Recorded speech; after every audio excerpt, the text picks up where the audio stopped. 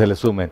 Y vamos a platicar de ello con Luis Armando Fuentes Valencia, que es economista, supongo que como MIT, o no sé cuál sería el perfil profesional de MIT. Sí, Luis Armando, muy buenos días. buenos días. Tú también tuviste experiencia en la Ciudad de México, en las instituciones públicas relacionadas con Hacienda, con el Banco de México fundamentalmente. Sí. ¿Y cómo ves? Yo siempre he sostenido que los economistas son hoy en día una casta política, casi una casta divina que gobierna el país. Tú que los conociste por dentro, ¿qué visión tienes de José Antonio Meade? Bueno, que es un economista con todas las características de los economistas modernos que ejercen actualmente. De esos del ITAM hay que decir además. Es del ITAM, sí, eso es importante. ¿Por qué es importante? La UNAM, por ejemplo, o bueno, en general todas las universidades del país que imparten la carrera de economía, no tienen las mismas características.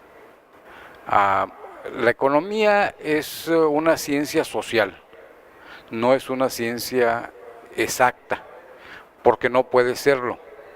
La economía se basa mucho en el comportamiento de la sociedad, y la sociedad no se comporta como se comportan los elementos químicos o como se comporta el cuerpo humano, como se comportan las matemáticas, ¿no? No es tan fácil reducir su comportamiento a un modelo donde puedan aplicarse o ensayarse reformas, en fin. Y cuando se realizan reformas, pues estas no tienen un efecto inmediato. Si tú mezclas no sé qué elemento químico con otro, rápidamente se produce una mezcla de estos y bueno, hay una explosión o se libera gas o tal, y resulta algo completamente diferente a los elementos que tenías en un principio, ¿no? Hay una reacción. Hay una reacción química. En los procesos económicos no hay una reacción inmediata. No, si tú mezclas cloro con sodio, pues te va a dar cloruro de sodio, ¿no? En fin. Y aquí no, aquí se introduce una reforma ahora, tú esperas un determinado efecto, pero dependiendo de qué hablemos, a los 6 meses, al año, a los 3 años, vas a tener un resultado que puede ser muy parecido a lo que previste o puede ser muy diferente. Bueno, se les olvida a muchas universidades entonces esta característica de la economía como una ciencia social y piensan en la economía más bien como una ciencia exacta, ¿no? Y bueno, existen diversas técnicas, digamos, y diversas políticas, la monetaria, la fiscal, seguramente son las más conocidas y que tienen efecto en todo, ¿verdad? Y se cree que, bueno, si ajustamos la economía a ciertas ecuaciones de un modelo, se reduce la sociedad, etcétera, a un modelo matemático. Entonces, bueno, no aumentemos el salario mínimo, por ejemplo, tampoco van a aumentar otros salarios y controlamos la inflación. Y bueno, eso es la tecnocracia, justamente, ¿no? Ahí hay un conjunto de artimañas extrañas, porque se aplicó, por ejemplo, un fuerte ajuste a los precios de las gasolinas, del gas. Y dicen que no iba a haber inflación. Y que no iba a haber inflación, pero ahora, por ejemplo, Juan Pablo Castañón se quejaba de que, bueno, de la Coparmex, presidente de la Coparmex, que los patrones, que son los que pagan los salarios, pues querían pagar más, pero la CONSAR, la Comisión Nacional de Salarios Mínimos, decidió hacerle caso a Agustín Carstens y no aumentar más el salario mínimo para que no fuera inflacionario, como si el salario no se fuera a traducir en una demanda mayor de bienes y servicios, y entonces hubiera que producir bienes y servicios adicionales a los que se estaban produciendo, a generar empleo, generar inversión, etcétera, detonar desarrollo económico o crecimiento económico para que después se convirtiera en desarrollo económico.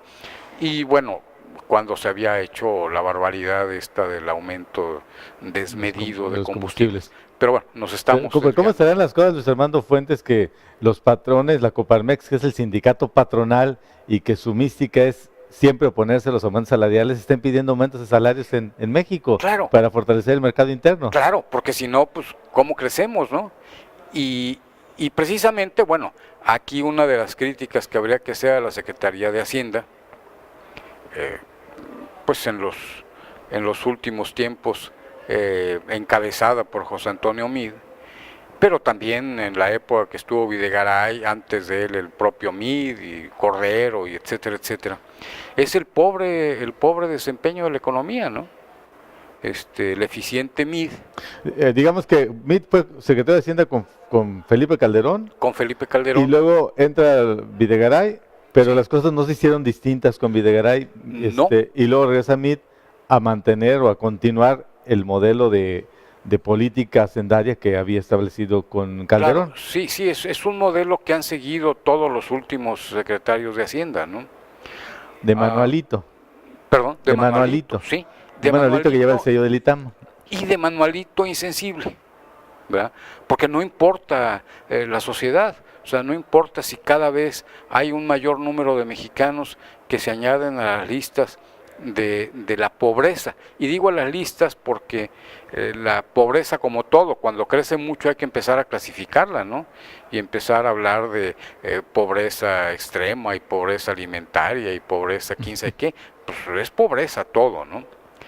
Y claro, esta pobreza se da porque se ha propiciado desde estos mecanismos fiscales sobre todo y monetarios, que esto los maneja el Banco de México, que los mexicanos ricos sean cada vez más ricos y que los mexicanos pobres seamos cada vez más pobres. O sea, una desigualdad cada vez mayor en la distribución del ingreso. El Estado tiene, por supuesto, un conjunto de mecanismos que permiten redistribuir esa riqueza, pero no los usa.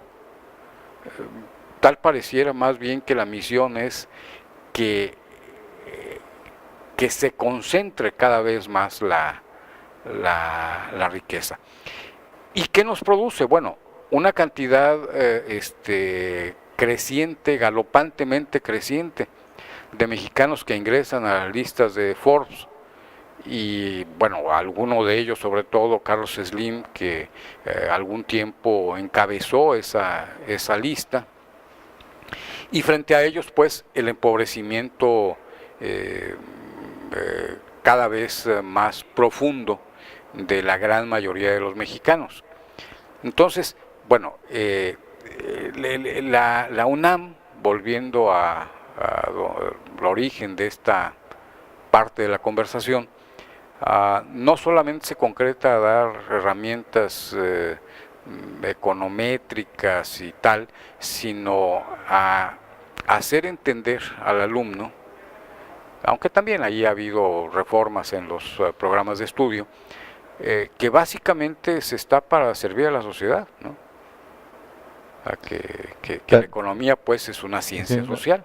Y también es una ciencia social que los costos son sociales, ¿no? Claro, claro. Siempre los costos que tiene una política económica acaban siendo sociales. Claro. Aunque nuestros últimos regímenes parece que se duelen más de que Carlos Slim caiga del primero al segundo lugar y eventualmente el tercero, según algunos acomodos y operaciones que haga de adquisiciones y ventas, que del creciente número de pobres que pasan a negociar. La forma como determinan cuál es la riqueza de una persona o de otra, estos señores de Forbes, es una manera que creo que resulta bastante discutible desde la metodología misma, porque hablamos de acciones que se cotizan en la bolsa y en cuánto se cotizan en ese momento, sin pensar si son acciones sobrevaluadas o subvaluadas en función de reglas así medio etéreas que existen en cada mercado de valores,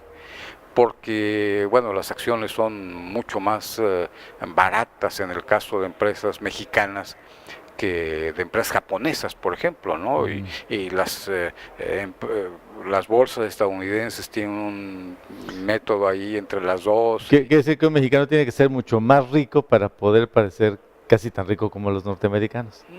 De algún modo, ¿no? Pero además, las acciones de América Móvil, por ejemplo, han sido muy castigadas por el mercado, ¿no? Y yo creo que hay muchas acciones de estas de empresas tecnológicas que les llaman, que son las que cotizan en la Nasdaq, que están bastante sobrevaluadas, ¿no? O sea, yo no sé hasta dónde, por ejemplo, ahora que Jeff Bezos, el dueño de Amazon, es el más rico del mundo, yo no sé hasta dónde las acciones de Amazon están muy sobrevaluadas, ¿no? Vemos cuando hay una venta de alguna empresa de estas tecnológicas que se pagan cantidades exorbitantes por ellas, que yo no sé hasta dónde tengan mucho base con la realidad.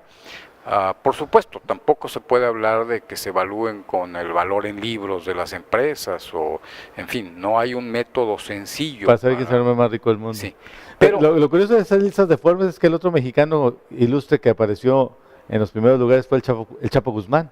Claro. Y creo que esto es una expresión más de la realidad económica del país, o sea, que nuestros hombres más ricos del mundo sean uno que recibió, pues, que pudo adquirir lo que era un monopolio del Estado, Sí. la telefonía, y otro que tiene el monopolio, llegó a tener el monopolio del narcotráfico en este país. Sí, y salpicado pues también con ricos de familias de mucha tradición en la riqueza de este país, ¿no? Como Larrea, como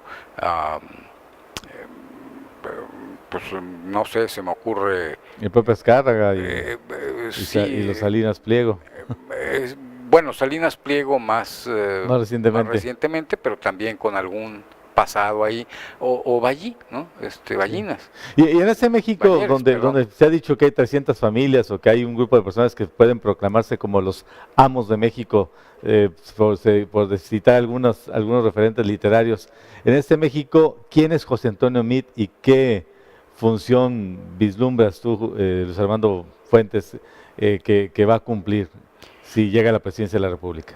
Bueno, José Antonio Meade pues es un señor que ha estado ligado durante los últimos 20 o algo parecido años a diversos acontecimientos en este país, ¿no? Él fue quien liquidó, por ejemplo, el Banco Nacional de Crédito Rural para dar paso a una financiera rural que lo que concretan es un cambio de modelo en el financiamiento y en general en el fomento a las actividades del campo, un campo abandonado por el gobierno que, como los vacíos de poder no existen, pues ha sido tomado por el narco y se ha encargado pues de dar vida a estas actividades agrícolas y bueno, a este grupo de personas que continúan viviendo del campo.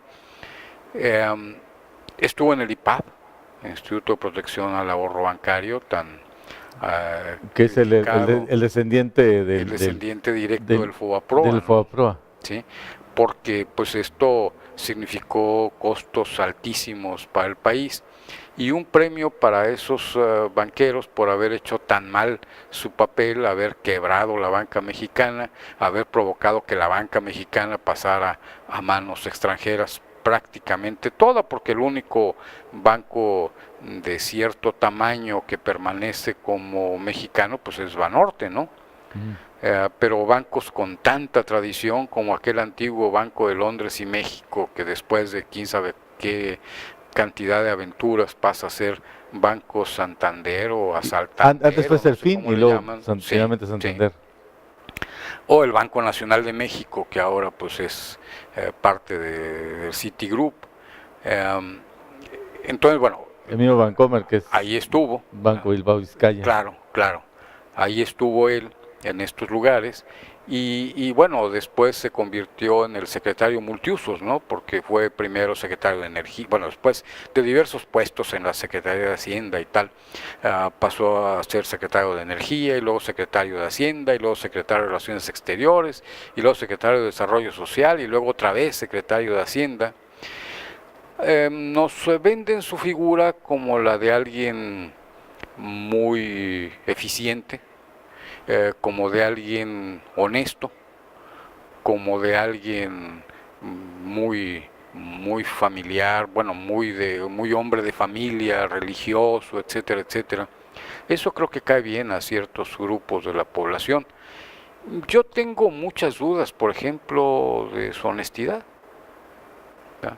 Se ha hablado de todas estas eh, posiciones importantes que ha ocupado, de que tiene una casa modesta o relativamente modesta, un coche relativamente modesto, pero bueno, si pensamos en dónde ha estado y todo lo que ha sucedido en el país a lo largo de estos años, la duda necesariamente tiene que surgir, ¿verdad? Él y además pensando en su eficiencia como secretario de Hacienda, no pudo darse cuenta del saqueo de que ha sido objeto este país, tanto en los tiempos de Calderón como en los actuales. No pudo darse cuenta del enriquecimiento de sus jefes directos, presidentes de la República, no pudo darse cuenta de lo que pasaba con sus compañeros de gabinete, etcétera, etcétera. Y lo más Bueno, grave, no se ha dado cuenta o nunca se dio cuenta de que en este país se lava una enorme cantidad de dinero. claro, Y se supone que la Hacienda, pareciera como que Hacienda lo único que le interesa es cobrar impuestos independientemente de cómo se generan esos recursos. claro. Y estos tan criticados impuestos que se devuelven a los grandes causantes y tal, y que causan pues una barranco ahí en las finanzas públicas y bueno, tampoco se ha dado cuenta de eso, lo ha permitido. Inclusive, bueno, decíamos, el desempeño de la economía en los últimos años ha sido muy pobre, con él como secretario, con otros, pero pues, participando él de una manera importante en esto. Y esto, bueno, pues es una mancha que también habría que colgarle al secretario de Hacienda en turno. Si nos Y permite, José luego, Armando Fuentes, perdón, hacer una otro, pausa. Si nos sí, permite hacer una pausa para seguir platicando de este y otros temas relacionados también con las condiciones en las que llega José Antonio Meade, y uno de los factores que se me ocurre, y eso dicho por algunos políticos incluso de talla nacional, el factor Trump, ¿no? Que está determinando de alguna manera por qué José Antonio Meade será el candidato del PRI a la presidencia. Vamos a una pausa y regresamos. En concreto, soy Adalberto Carvajal.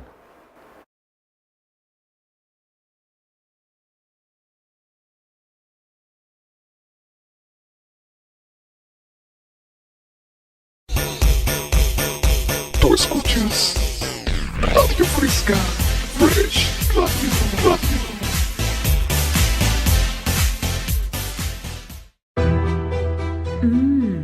Comales de carne asada, chorizo, champiñones, pollo y tatemado en el fogón de Comala Campestre. Desayuna o almuerza con nosotros de 8 de la mañana a 1 de la tarde. Huevos al gusto, chilaquiles verdes y colimotes. El fogón de Comala Campestre. Kilómetro 3,5, carretera Comala-Suchitlán, pasando el nuevo libramiento Nogueras. Chicharrón en salsa verde y roja, quesadillas y sopes, flautas, enfrijoladas, enchiladas suizas y más. Descansamos los martes, el fogón de Comala Campestre.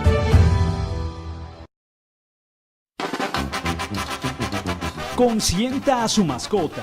La atención que su mascota se merece la encuentra en Veterinaria y Alimentos Morelos.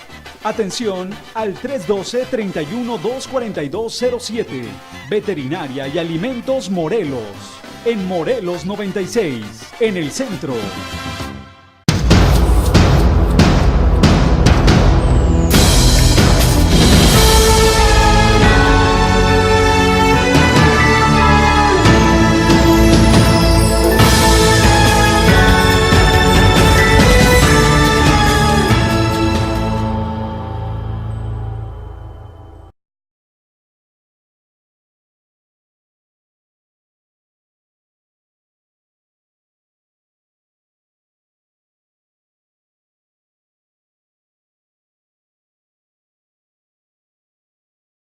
Se nos une en esta conversación el maestro Amaury Fernández, está con nosotros Luis Armando Fuentes. Hemos estado platicando de el destape de José Antonio Meade, un destape muy peculiar, porque a diferencia de los destapes históricos, cuando el nombre del candidato, del que iba a ser el candidato, se mantenía en secreto hasta el último momento, hasta antes del destape, del alumbramiento, como se le solía llamar en la liturgia priista, pues lo fueron revelando poco a poquito, le fueron haciendo tiritas a la máscara para que todo el mundo se enterara. Le fueron poniendo manchitas. Le fueron poniendo manchitas al rostro de José Antonio Meade para que 3-4 días antes todo el mundo tuviera la certeza de que él iba a ser el candidato, y me imagino que para planchar también las posibles oposiciones internas que tuviera esta postulación. Y aunque todo el mundo ha dicho que es un ritual al viejo estilo del PRI, yo creo que sí tuvo sus características, entre ellas pues que perdió el factor sorpresa ante la necesidad que había de que José Antonio Meade fuera aceptado por la base priista y por algunos grupos al interior del PRI que opinaban que tenía que ser otro el candidato, en concreto José Antonio, Miguel Ángel Osorio Chong, o otro el procedimiento para elegir al candidato, en concreto un proceso interno, como postulaba Ivonne Ortega, dirigente, exgobernador de Yucatán y dirigente de un ala ahí del PRI que pues no le quieren decir movimiento, la corriente democratizadora, porque ni la corriente crítica ni la corriente renovadora, porque ya están muy choteados estos términos, pero que en concreto funciona de la misma manera, o sea, una corriente de priistas que está reclamándole al presidente que ejerce esta facultad constitucional metaestatutaria de designar al candidato del PRI, ya no a su sucesor necesariamente, pero sí al candidato del partido oficialista. Y bueno, está con nosotros Amaury Fernández. Decíamos con Luis Armando Valencia, antes de irnos al corte, que uno de los factores que determinaron la designación de José Antonio Meade es sin duda la política exterior, el acoso de Estados Unidos, la forma en que Estados Unidos ha decidido que los mexicanos somos su enemigo histórico coyuntural. Para este cuatrienio en Estados Unidos ya les gustó a los mexicanos como amenaza. Siempre Estados Unidos escoge un enemigo, se inventa un enemigo.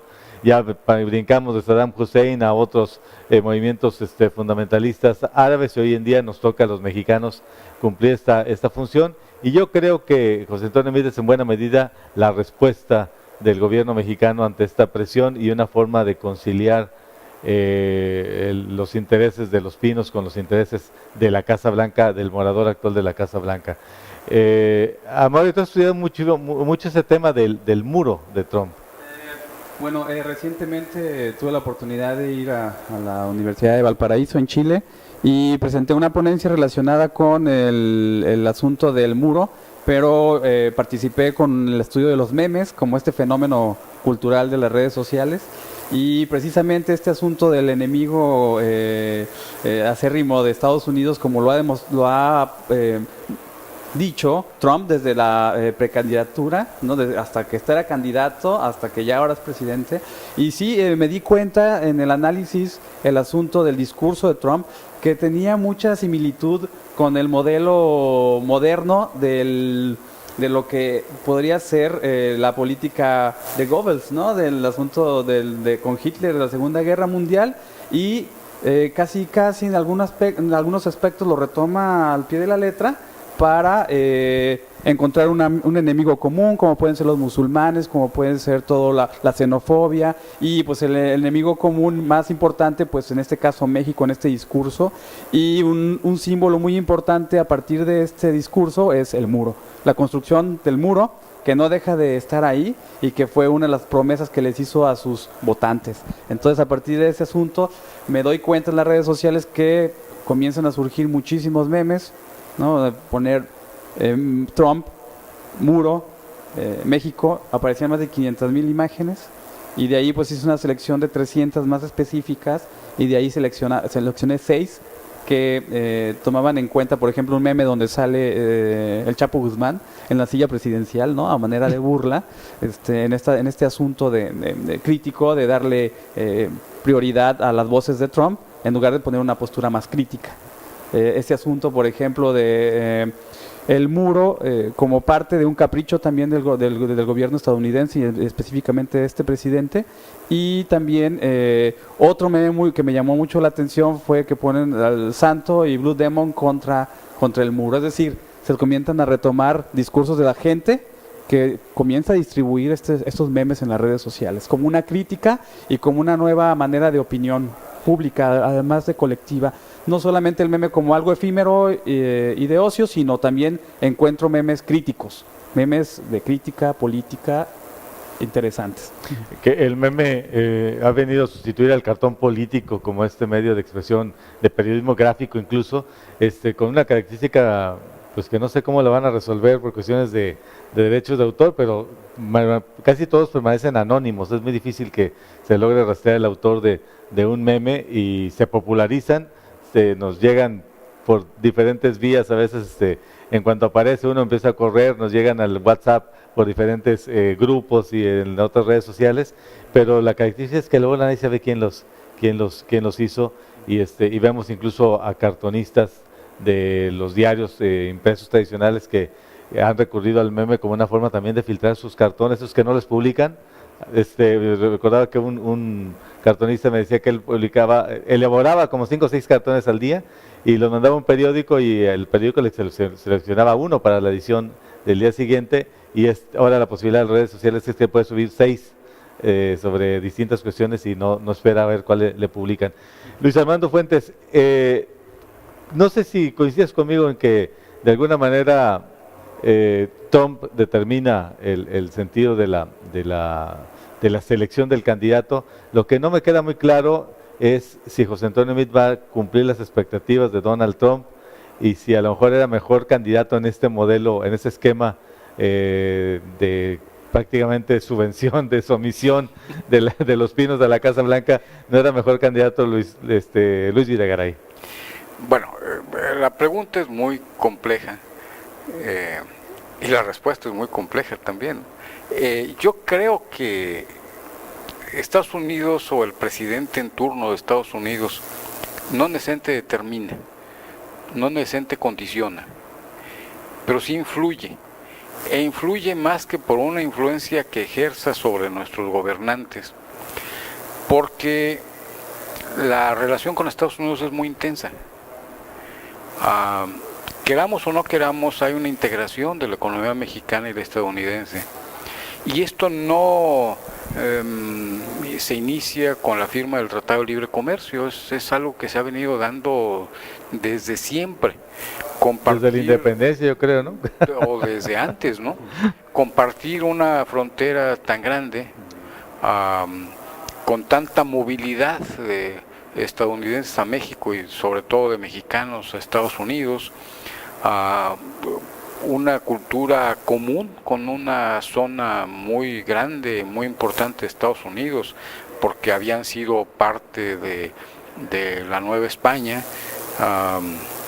y aún de México, recién su independencia.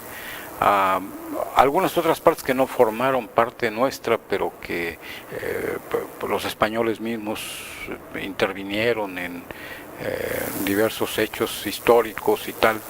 Bueno, necesariamente hace que nuestras economías, e insisto, querámoslo o no, nos guste o no, son economías y sociedades muy integradas.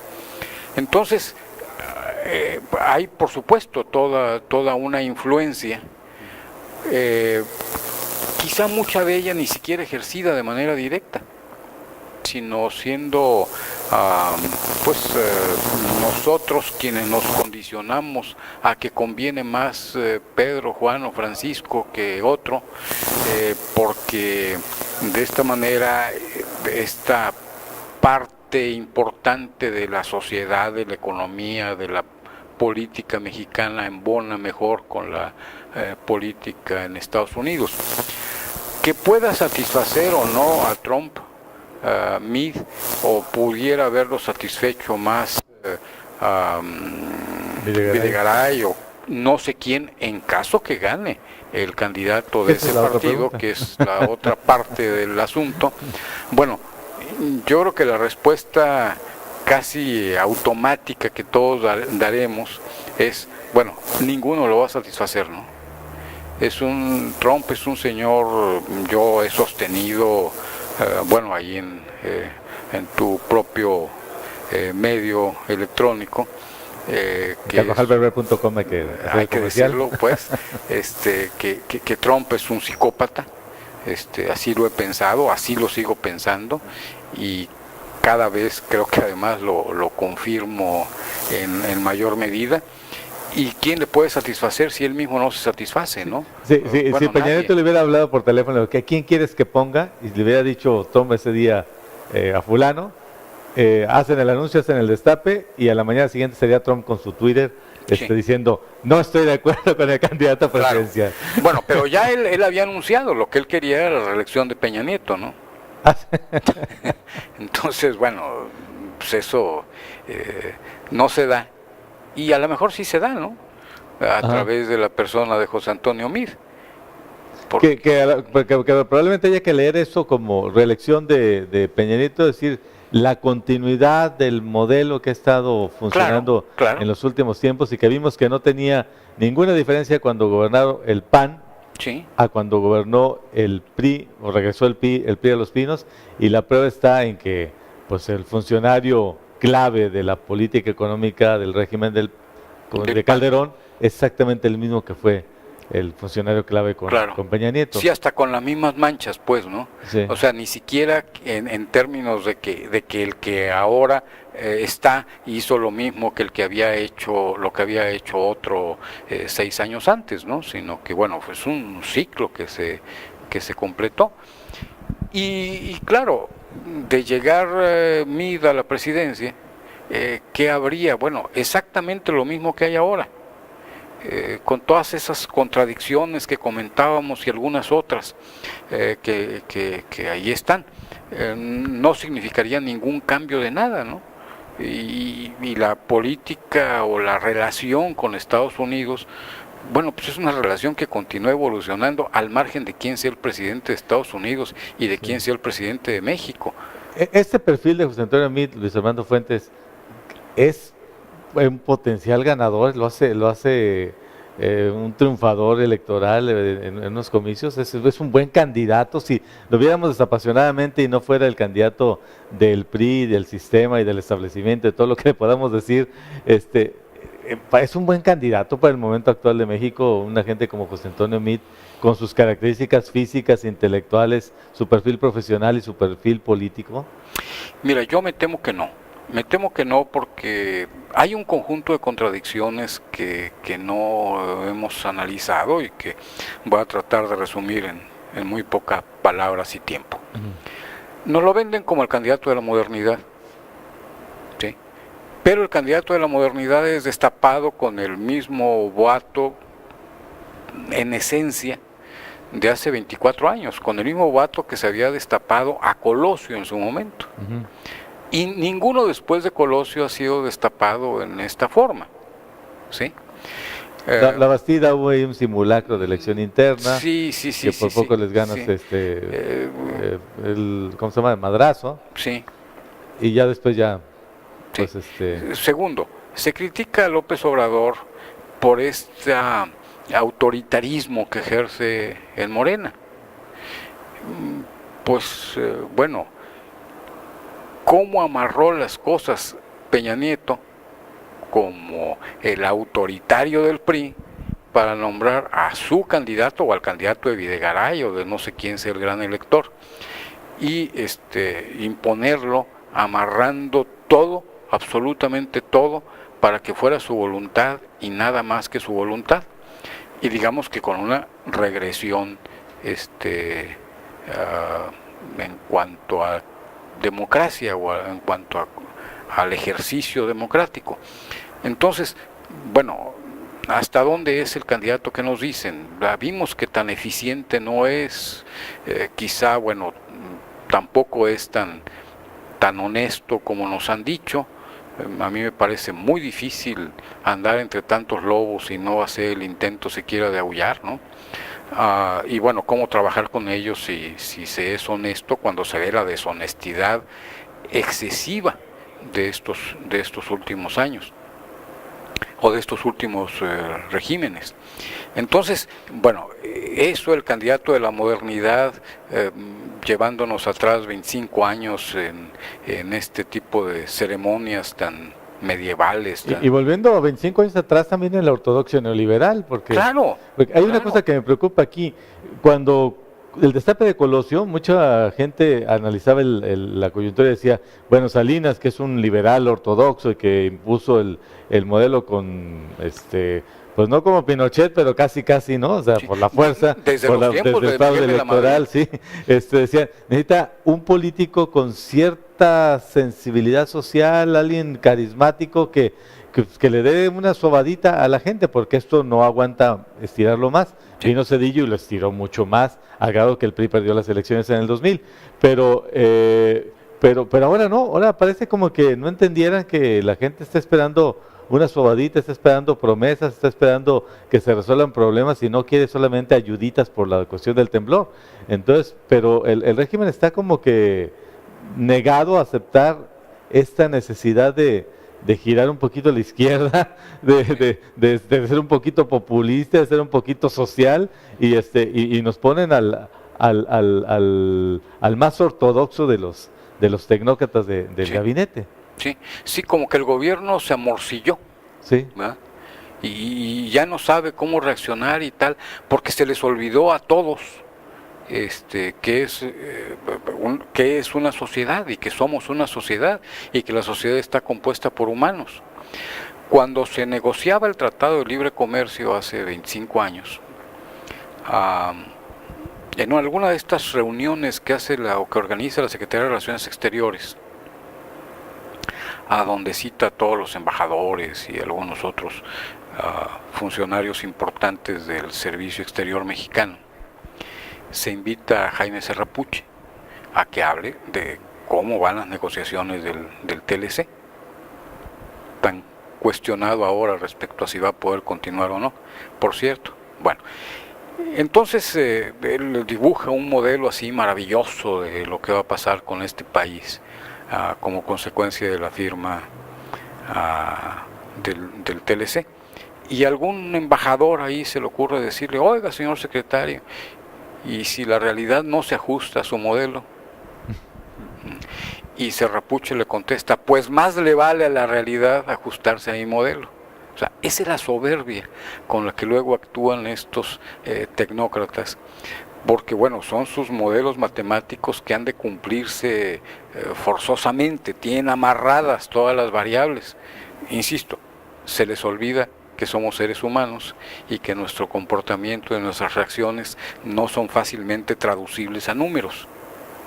Pero finalmente esa es la manera como piensan y cómo actúan. Entonces, para ellos vamos bien. Las reformas de Peña son extraordinarias. Han hecho que el capital de los más importantes ricos de este país se incrementen en una tasa del no sé cuánto Y no se vaya del ciento. país, que lo presenta como un gran logro, ¿no? Sí, Que no haya sacado que dólares. tampoco es cierto, ¿no? Pues vemos Y la muchos de depreciación los del peso. dólares que tenemos ahí, bueno, pues es capital golondrino que a la hora que no le convengan las condiciones se va de inmediato y nos seca la reserva, como sucedió ya alguna vez al inicio del régimen de Zedillo. Y al justamente, ¿no? inicio de este año, cuando Y al inicio hubo de una este presión año, tremenda claro, para el peso. claro. Y bueno, las presiones que tiene el tipo de cambio pues tienen que ver con eso, ¿no? Y el comportamiento de las reservas internacionales en el último año. Entonces, bueno, ¿hasta dónde es el candidato más adecuado? Yo creo que no. Yo creo que no. Vemos un hartazgo importantísimo de las personas en relación al régimen actual y tal, porque bueno, el órgano más sensible del ser humano es la bolsa, y la bolsa está cada vez más ligera. No nos gusta que las cosas sean así, ¿verdad? Y por otro lado, bueno, vemos también cómo la gente se ha dado cuenta que ni el candidato del PRI, que ni el gobierno que deriva del PRI, ni el gobierno que deriva del PAN son diferentes. O sea, realmente creo que estamos hablando de los neoliberales, que son todos, por un lado, y de los antineoliberales, que sí tienen un representante perfectamente identificable y marcado, que es Andrés Manuel López Obrador. Y el enfrentamiento va a ser así, en esos términos, ¿no?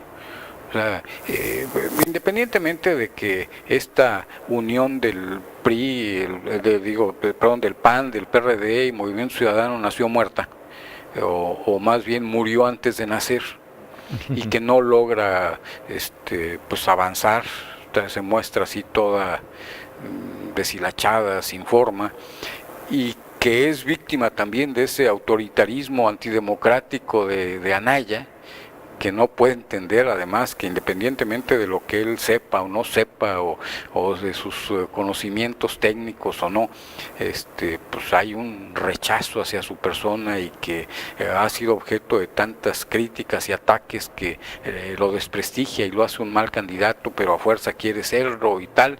Y bueno, esos independientes que de independientes tienen nada, pues finalmente vamos a ver, y en esto pues son más de 2 años de decirlo públicamente, un enfrentamiento entre Mid y López Obrador. Ya volvimos a la disputa por la nación del 88. Volvimos a lo mismo, sí. Volvimos a lo mismo. A un modelo neoliberal o un modelo distinto, que bueno, lo han calificado de nacionalista trasnochado, de populista venezolano, de lo que sea. Simplemente es un modelo alternativo. Sí, ante otro que nos ha echado atrás, sí, que no nos ha permitido progresar, ¿no? O sea, que ese creo que es el verdadero tinte al final. Y el problema está, la gran pregunta es, ¿qué va a pasar si al final de cuentas la gente decide no darle su voto a la continuidad del neoliberalismo? ¿Cuál será la reacción del régimen? ¿Cómo va a procesar esto? Y ya vimos que la intentona de pulverizar la oposición pues no está funcionando. De ensuciar la elección será la opción, crear violencia y caos será la opción. Eso resulta muy preocupante. Vamos a hacer una pausa. Luis Armando Fuentes, estamos también con Amaury Fernández, y le vamos a platicar a Amaury cómo podemos empezar a rastrear ya los memes sobre el proceso electoral. ¿Cuál es la forma de sistematizar esta nueva forma de expresión de la gente? Porque evidentemente, les decía, es fácil reconocer el cartón político porque se publica en los periódicos. Algunos medios electrónicos han hecho este esfuerzo por hacer animaciones o seleccionar películas y doblarlas y hacer parodias y ese tipo de cosas, pero el meme que corre por todos lados, que nos llega por diferentes fuentes, ¿cómo lo rastrea uno? ¿Cómo lo puedes sistematizar? ¿Cómo lo puedes encontrar? Porque sin duda alguna va a ser una de las grandes formas de debate político que veremos este año electoral de 2018, la gente expresándose a través de esto que le llaman el meme, o le llaman el meme. Hacemos una pausa y regresamos. En concreto, soy Adalberto Carvajal.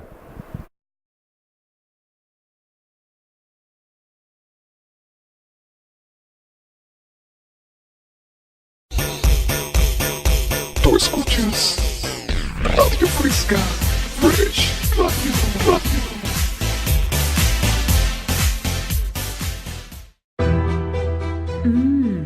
Comales de carne asada, chorizo, champiñones, pollo y tatemado en el fogón de Comala Campestre.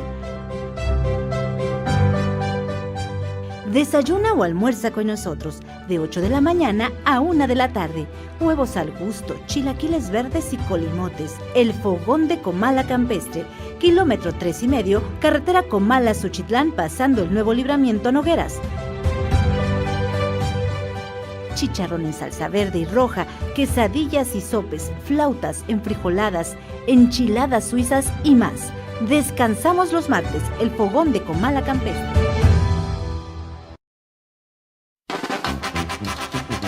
Consienta a su mascota.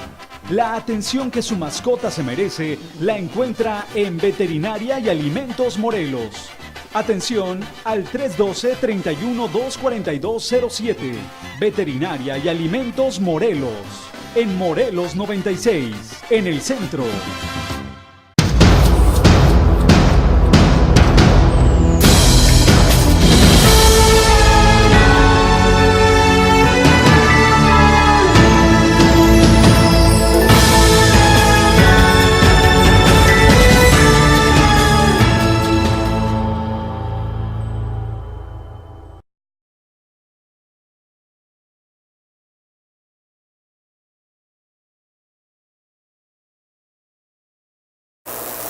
Bien, ya regresamos en concreto, soy Adalberto Carvajal, estamos platicando con Luis Armando Fuentes, estamos platicando también con Amaury Fernández, quien él es profesor de la Universidad de Colima, de la Facultad de Letras y Comunicación, y nos comentaba de este proyecto que hizo de una investigación sobre los memes, en concreto sobre el tema del muro, el muro de Trump, y le preguntaba antes de ir al corte, ¿cómo haces para rastrear los memes? Porque una de las características que tienen es que pues son muchas veces anónimos, la mayoría de las veces supongo yo, y no saben por dónde te van a surgir, y no hay, digamos, un banco de imágenes, un lugar donde los puedas, una biblioteca de memes donde los puedas encontrar, o si pones en el Google muro de Trump memes, te aparecen en el listado. Preguntas que me interesan, porque quizá tendríamos que empezar a hacer también un seguimiento en memes de lo que es la lectura que están haciendo los mexicanos del proceso electoral de 2018. ¿Cómo hiciste para rastrear los memes del muro, Amaury? Claro, soy nuevo en el tema en el rastreo de memes, o sea, más que nada fue como un interés por encontrar y ubicar esos elementos que se dan en las redes sociales a partir, vuelvo a repetir, de que gana Trump y que se hacen virales y se hacen tendencias en todas las redes sociales, la producción de memes, no solamente aquí, sino en América Latina, y me doy cuenta también que es a partir del momento en que dice, ustedes los mexicanos van a pagar por el muro, es cuando se hace exponencial toda la producción de memes, o sea, se van a miles, y es ahí lo que me llama la atención, y bueno, conozco sitios específicos que se dedican a hacer memes, esa es su especialidad, gente que tiene sus sitios, ¿no? creaciondememes.com y demás. ¿Cómo ganan dinero? ¿Cómo viven ellos? Bueno, muchos de ellos lo hacen por cuestiones los venden a revistas electrónicas, ya muchos periódicos ahorita en digital ponen el meme hasta en movimiento, ¿no? Sí. Es decir, yo en una ocasión lo decía como en broma, pero en serio también, que es específicamente el cartón político, con toda la tradición que tiene desde el siglo XIX, de los cartones de Benito Juárez, de Porfirio Díaz y Madero y demás. Hay una tradición muy interesante del cartón político, pero yo decía que, bueno, al final de cuentas el meme sí es como el nieto de la caricatura política, ¿no? Porque después vienen las historietas y este nuevo formato, más de cómic, y posteriormente el meme con las redes sociales. Entonces, hay sitios específicos que se dedican a hacer memes. Yo me limité a centrarme en 3 palabras en Google y ahí seleccionar los que más me llamaban la atención y hablaban más específicamente y de manera crítica sobre la postura del muro de Trump, a partir del que el mismo Congreso en Estados Unidos aportó un dinero para el muro, que ya existe.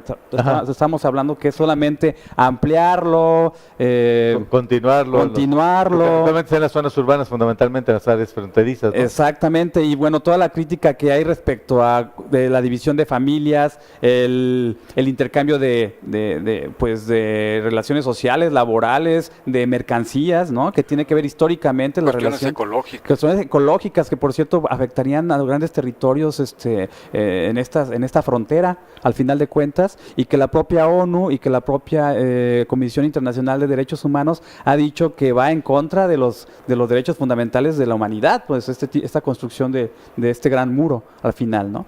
Entonces, ubicándome desde la comunicación y el análisis, pues me llamaron la atención algunos memes en concreto que por ahí pues analicé, y se buscan de esta manera, por los sitios o los que van saliendo también de manera información muy específica. ¿Están firmados? Algunos memes? Sí tienen autor, ¿no? Y hay memeros sí, hay memeros profesionales, sí, algunos sí ganan, trabajan en revistas independientes, ¿no? Trabajan para algunos sitios en específico, trabajan para sus propias páginas. Pero no es como los youtubers que cobran por las vistas y eso. Sí, también hay algunos que profesionalmente se dedican a hacer memes ya actualmente. Podemos abrir el Universal y de repente un apartado con algún meme muy popular, ¿no? Entonces sí se está... Pero de las vistas que hace la gente en las redes sociales, sí hay forma de que ellos cobren una regalía por la cantidad de personas que las reenvían o sí, es como cuando uno está opinando en un sitio sobre alguna nota periodística o sobre un comentario sobre alguna fotografía, también se ve la tendencia, ¿no? Si es más viral o no. En este caso, los memes que yo encontré, pues fueron estos 5 que no sé si están por ahí, que se puedan mostrar. Y si no, los platicamos. Ese es uno que está relacionado con Trump, que tiene que ver con la serie de Games of Thrones, ¿no? Donde ponen a Trump como uno de los muertos vivientes, ¿no? Pero como la gente creativamente retoma elementos de series, de películas, ¿no? Hasta de carteles de cine, le digo, del santo contra... Es muy común ese elemento, esta mecánica de creatividad, de hacer un collage, ¿no? O sea, tomar una imagen probablemente ya terminada, ya elaborada, y hacerle una alteración, cambiar el rostro, qué sé yo. Así es, sí, es toda una... ya hay programas específicamente que uno puede entrar y crear su propio meme de manera individual. Siempre son así como gráficos estáticos, ¿cómo se dice? Bidimensionales. No, también hay movimiento. Ya también hay memes en movimiento, ¿sí? Ajá. Y por ejemplo, dice, voy a construir un muro tan alto como en Berlín, ¿no? Esa crítica que se le hizo a Trump con esta discusión que hubo sobre pues su política ortodoxa y hasta fascista también, ¿no? Estuvo interesante esta parodia. Es que el muro no lo hicieron los nazis, sino los soviéticos, ¿no? Exacto, sí. Pero bueno, pero sí, o sea, lo que pasó en Berlín yo creo que es el mejor ejemplo de lo que podría ocurrir en la frontera, que a la gente que intente cruzarla le disparen, o que el muro no lo puedas atravesar de ninguna manera. Hoy, hace unos días vimos que alguien abrió una ventanita para que saliera una señora a casarse, entrara una señora a casarse o saliera el novio a casarse con una mexicana, pero eso se cancelaría por completo, ese tipo de aberturas al muro, ¿no? Claro, yo también lo vi, por ejemplo, como una especie de distracción. Este es un Lego. Este es un Lego donde dice, va a construir construir su propio muro. ¿No? Su muro de Trump. Trump es como su capricho. ¿Cuántos ladrillitos de Lego necesitarías para construir el muro de Trump? Y una de las cosas que me llama la atención es que también como que la cuestión del TLC muy en boga, esta parte de la discusión, pues acaba sus tweets, ¿no? Sobre el muro otra vez, como para distraer un poquito el escenario que se estaba dando, para centrarlo, ¿no? O para centrar también, ¿no? Entonces, pues está... Sí, porque se destaca eso mucho de la comunicación política de Trump, que hable de lo que hable. Y el muro no se me olvida, ¿eh? México sí, lo quiero mucho. Pero no se olvide el muro y lo van a pagar. Exacto. O sea, es insistente en ese tema. Persistente más que insistente. Persistente. Y que todo tiene que ver al final de cuentas se conecta con la discusión que tienen ahorita sobre las futuras elecciones en el 2018, porque al final de cuentas vemos esa crítica, dice, para que se haga el tuno, ¿no? Vayan comprando su blog, sus blogs. Y bueno, es una crítica también ante la posición... Que lamentablemente ha sido uno de los argumentos más sólidos de Trump, decir, quiero construir un muro porque ya ven que la frontera es porosa y han construido túneles. El Chapo Guzmán es famoso por eso, se escapó haciendo un túnel. Yo dudo que se haya salido por ese túnel, pero al menos fue el aparato para que dijeran que por ahí se salió. Y el túnel sirve lo mismo para que entre gente como para que entren drogas o para que salgan armas a México también, que esa es una de las funciones de los túneles. O para que entre el dinero que entre el dinero, el dinero del narco y demás, ¿no? Así es, y de personas también, ¿verdad? Aquí tenemos otro, está el Chapo. Ese le llamó mucho la atención a la gente que se especializa en el tipo de la semiótica, podemos decir, cultural, ¿no? Y visual. Y bueno, sí está la silla presidencial, y si se hacen un muro, pues voten por el Chapo para que haga, o sea, la misma gente, pues de manera, en este hartazgo, ¿no? Una manera de válvula de escape, pues ese tipo de expresiones y de nueva, que crea opinión también pública de manera más general. Y bueno, entre esta risa, pero una risa crítica, ¿no? Es curioso que en esta retórica del muro se insiste mucho en el papel, por ejemplo, de los narcotraficantes como el Chapo Guzmán, que hacía túneles para perforar la frontera, y nadie habla de la corrupción de la Border Patrol, que es evidente, ¿no? La Migra y la Border Patrol evidentemente están corrompidos para dejar pasar a los polleros con sus cargamentos, y a los cargamentos de droga, por supuesto. Es imposible que la frontera sea así de porosa. Una cuestión muy interesante. Cada que se va a renegociar o se va a negociar presupuesto para ellos, aparecen muchos detenidos. Sí. Y cuando ya se negoció y tal, oye, ya se acabaron las detenciones, ¿no? Entonces, criticamos con toda la razón del mundo esta corrupción excesiva que hay en este país, pero pues si fuéramos gringos estaríamos criticando la corrupción excesiva que existe en ese país, ¿no? Tendría que serlo. Sí. No hay ningún meme sobre el labor de patrón. No, que se volteen de espaldas. Ni nada.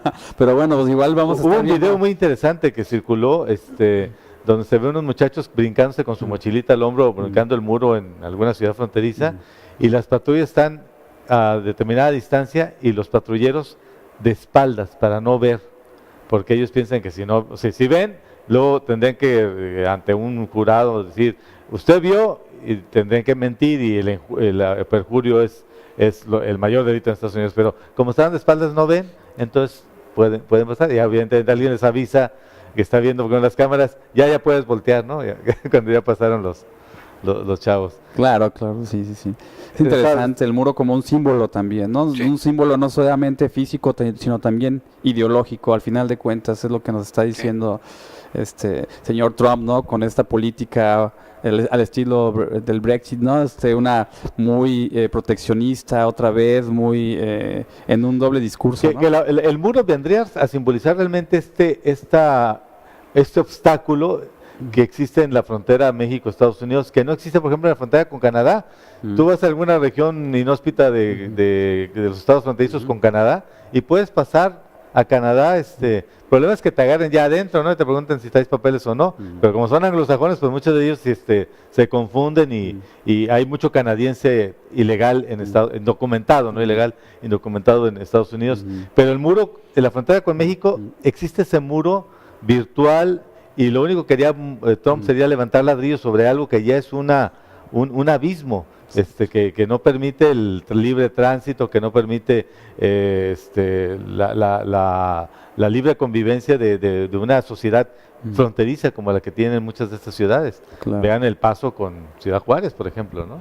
Bueno, aquí algo que es muy curioso, porque realmente lo que quiere Trump es dividir a una zona integrada, pues, o sea, dividir lo indivisible. Sí. Y esto es exactamente lo mismo que pasó en Berlín, ¿no? O sea, era la misma ciudad y una familia, bueno, vivía Había uno berlineses de un de un lado y otro berlineses del de otro lado. y tal, sí. Y finalmente, bueno, esta frase famosa de yo soy un berlinés de Kennedy, que se convierte en un grito de libertad y tal. O sea, puedes dividir lo que es divisible, y lo que es divisible pues, está dividido, entonces no hay que dividirlo.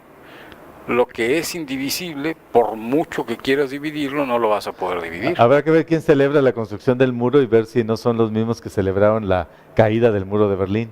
Sí, Cemex seguramente es alguien que lo va a celebrar, ¿no? Bueno, sí, que se construya con cemento mexicano sería el colmo, pero como bien dices, alguna cementera dijo, bueno, negocios son negocios. Sí. Abrir tu micrófono.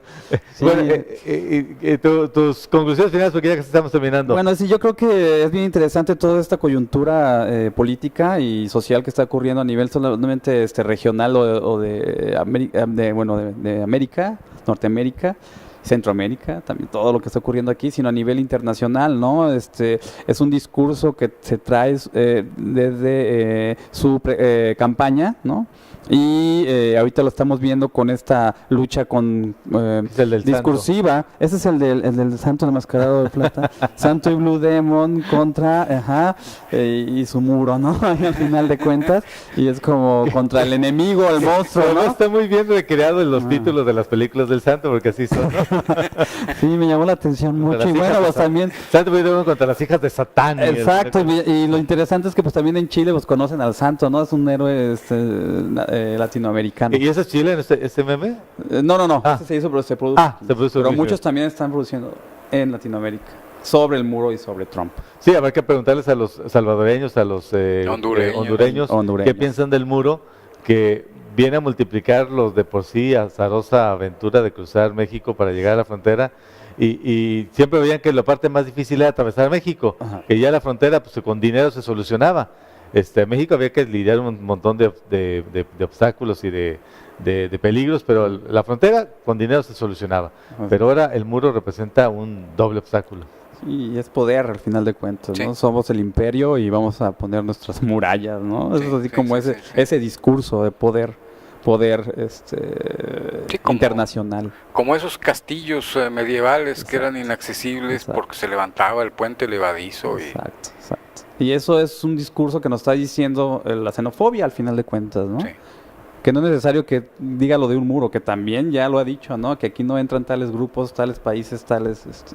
Entonces, por ahí va la situación. Vamos a ver en esta coyuntura que se va a dar esa relación Estados Unidos-México y de lo que se está hablando ahorita, ¿no? De las próximas elecciones del 18 que nos van a decir muchas cosas.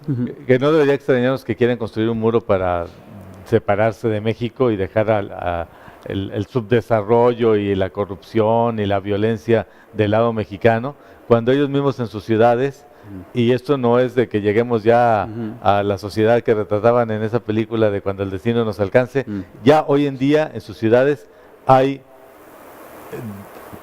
cotos urbanos, hay desarrollos urbanos separados de las áreas pobres, Claro, los con grandes muros, con autopistas que crean un verdadero abismo y que están unos protegidos con muros y alambradas enormes, y del otro lado las zonas más pobres, más paupérrimas, la gente pobre encerrada en guetos.